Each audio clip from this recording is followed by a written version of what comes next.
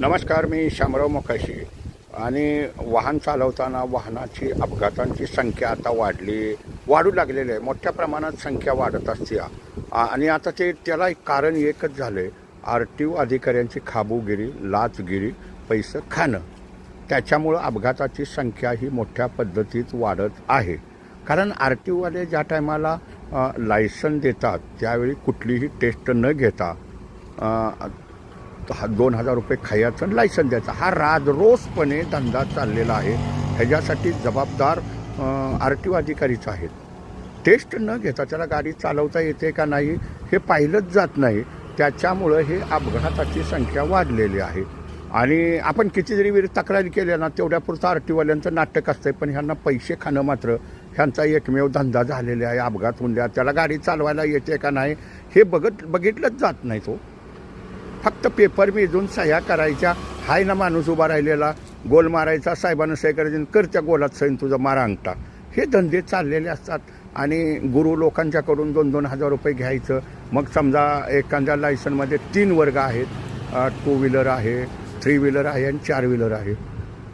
खरं वास्तविक 2 व्हीलर वर्ग असेल तर 2 व्हीलरची टेस्ट घ्यायला पाहिजे, 3 व्हीलर असेल पुन्हा 3 व्हीलरची टेस्ट घ्यायला पाहिजे, आणि 4 व्हीलर असेल छोटं वाहन चालवायचं तरी त्याची टेस्ट घ्यावी लागेल.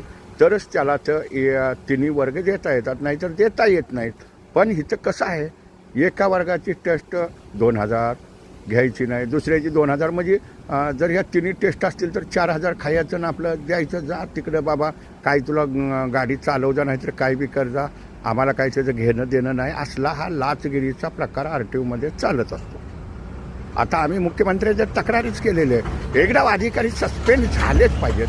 आणि जे अधिकारी टेस्ट घेणार नाहीत त्यांची डायरेक्ट निलंबन करा. काय आता त्यांनाही करायचं नाही, सस्पेंडच करून टाका, काही गरज नाही.